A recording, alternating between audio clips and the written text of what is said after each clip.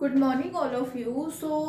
आज हम डिस्कस करेंगे जीन प्याजे ने जो इम्पोर्टेंट टर्म्स दी हैं रिगार्डिंग कॉग्निटिव डेवलपमेंट के, वो कौन कौन सी है। ठीक है, तो सबसे पहले क्या है स्कीमा। स्कीमा मैंने आपको पहले भी बताया था, ये क्या है, ये टोटली बेस्ड ऑन आपकी प्रीवियस नॉलेज पे होता है। जैसे आपको पहले पता है कि अगर एक चार जिसकी टांगे है तो आप उसको बिल्ली मानते हो या कुत्ता मानते हो, तो इसी तरह स्कीमा वही है जो आपके दिमाग में एक जैसे आपको बताया जाता है कि चार टांगे हैं तो ये एक बिल्ली है।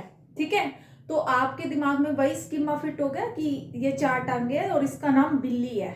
तो जैसे ही अब आपको कोई बिल्ली बोलेगा तो आपके दिमाग में स्कीमा एकदम से बिल्ली की पिक्चर आ जाएगी, तो वो स्कीमा है। सेकंड पे क्या है, अडेप्टेशन।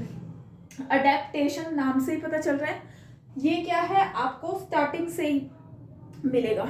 सॉरी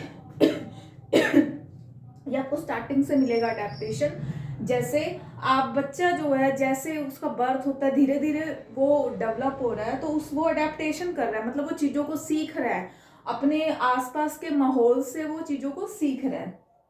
एसिमिलेशन क्या है, एसिमिलेशन बेसिकली क्या होता है कि आपके पास जो भी पुराना ज्ञान है आप उसमें एक नए ज्ञान को जोड़ रहे हो। ठीक है, आपके पास जो पुराना जैसे ज्ञान है, आप इसमें एक आप ऐसे लगा सकते हो, जैसे आपको एक फोर्थ या फिफ्थ क्लास में एक चैप्टर पढ़ा दिया, मान लो ह्यूमन बॉडी पार्ट्स जो है पढ़ा दिए।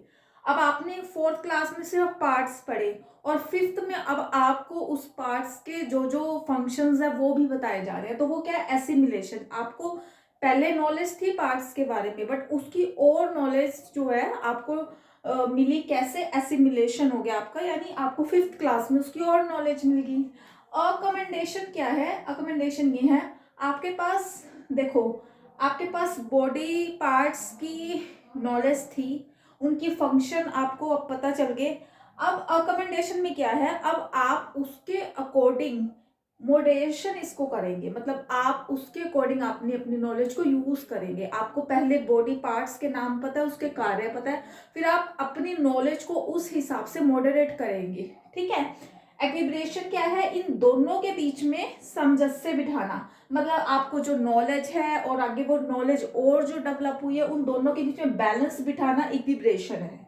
ठीक है, डीसेंट्रिक क्या है, डीसेंट्रिक नाम से पता चल रहा है एक चीज पे सेंटर ना होना। जैसे एक एग्जांपल आपको एक मान लो कोई भी बच्चा है, उसको जैसे क्या है उसके पास कोई खिलौना लगा लो, आप खिलौना लगा लो, तो अब वो क्या है उसको, अब वो सिर्फ वो खिलौना है उसके बारे में वो सोचना शुरू करेगा कि ये कैसे बना होगा, ये कहाँ से आया होगा, ये कैसे चलता होगा, इसको कैसे चलाया गया होगा। ठीक है, तो इन जो एक चीज है उसके विभिन्न पहलुओं पे भी वो विचार करता है, उसे डिसेंट्रिक कहते हैं। ठीक है, अब कंजर्वेशन क्या है, कंजर्वेशन में क्या है, बच्चे को कंजर्वेशन कैसे आएगी, जैसे अगर आपके पास मान लो एक गिलास पानी है, ठीक है, और आप उसको एक कटोरी में डाल रहे हो, तो बच्चे को अब समझ आ जाएगा कि बर्तन चाहे बदल दे बट जो पानी का वॉल्यूम है वो उतना ही रहेगा। तो कंजर्वेशन में बच्चों को ये चीज समझ आ जाती है।